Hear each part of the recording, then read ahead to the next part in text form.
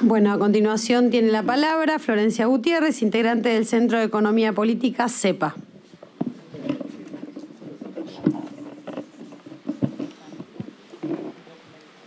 Buenas tardes. Muchas gracias, Presidenta. Gracias por permitirnos formar parte de este debate y sumar algunas ideas a esta discusión. Extiendo el agradecimiento desde el CEPA. Coincido mucho con lo que expuso Sebastián, lo quería aclarar porque tenemos algunos puntos de coincidencia en las cosas que quiero plantear. Pero se ha hablado mucho ya sobre el impacto que esto tiene en términos de mejora de calidad de vida, ¿no? La posibilidad de reducir la jornada laboral. Algo que, lógicamente, suscribo, lo explicaba muy bien Walter Correa. Entonces yo principalmente me quería centrar en el análisis y en el debate sobre el tema de la productividad, que se ha hablado mucho. Lo tengo acá sentado Juan José Tala, que decía algo así como que no hay fundamentos técnicos que evidencien que si se reduce la cantidad de horas va a generarse una mejora en los niveles de productividad. Para empezar, yo quería resaltar algunas cosas. La semana pasada se expresó acá el representante de la Unión Industrial Argentina la idea de que, ¿qué vamos a hacer si se reduce la jornada laboral? ¿Qué vamos a hacer con la productividad? Vamos a obligar a los trabajadores que corran, que trabajan más rápido, ¿no? Ese era un poco el debate. Y la verdad es que no hay una linealidad entre la productividad y la cantidad de horas de trabajo. Esto lo marca el resto de los países del mundo, pero también nuestra propia evidencia histórica. Por ejemplo, voy a poner algunos ejemplos de algunos países de Europa porque así lo marca la OCDE. Ustedes saben que Alemania trabaja 1.300 horas al año y tiene una productividad promedio por hora de $60. Y por ejemplo, Grecia trabaja 1.900 horas por año y tiene una productividad promedio de $32. O sea, es más baja y trabaja más horas. Esto es porque no hay una linealidad. Y entonces, ¿con qué tiene que ver?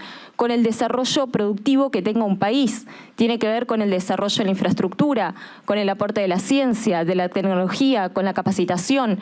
En nuestra propia experiencia histórica, el mayor nivel de productividad se dio desde la época, desde los años 50 hasta mediados de la década del 70. ¿Con qué lo relacionan? Con, lisa y llanamente, una enorme mejora, primero de la participación de la media salarial en el ingreso de la economía y por sobre todas las cosas con un modelo de desarrollo de producción industrial y de producción manufacturera. A la inversa, en los procesos de reprimarización económica, como puede ser después de la década del 70, lo que se observa es que una economía reprimarizada aporta menos a la productividad.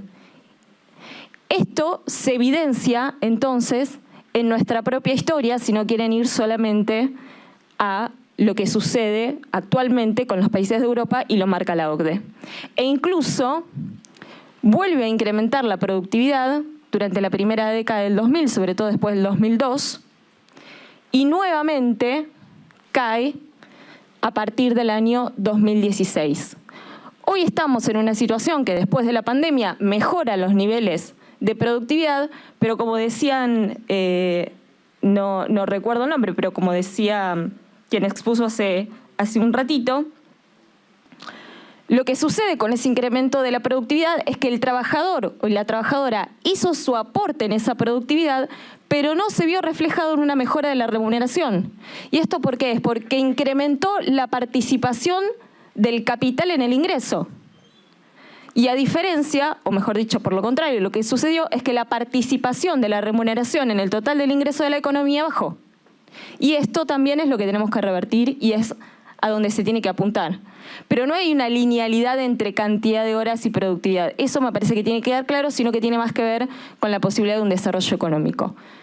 Por otro lado, algo que quiero plantear y que también se ha discutido acá es la situación que pueden tener en cuanto a cierta dificultad algunas pymes miremos lo que sucede y lo que han hecho otros países que han implementado la reducción de la jornada laboral, como puede ser, por ejemplo, el caso de Chile, que lo que hicieron fue atender la situación de algunas pymes o micropymes que puedan llegar a tener cierta dificultad en la implementación con cierta gradualidad. Por ejemplo, la reducción de la jornada laboral es primero 1 hora en un año, después 2 horas en el próximo año, y así el total de la reducción de jornada laboral se alcanza recién en el año 2029. O sea, se toman 5 años de adaptación con un total apoyo del Estado en aquellos sectores que lo necesiten. Digo, para sumar el debate en caso de que se pueda atender la situación de alguna pyme.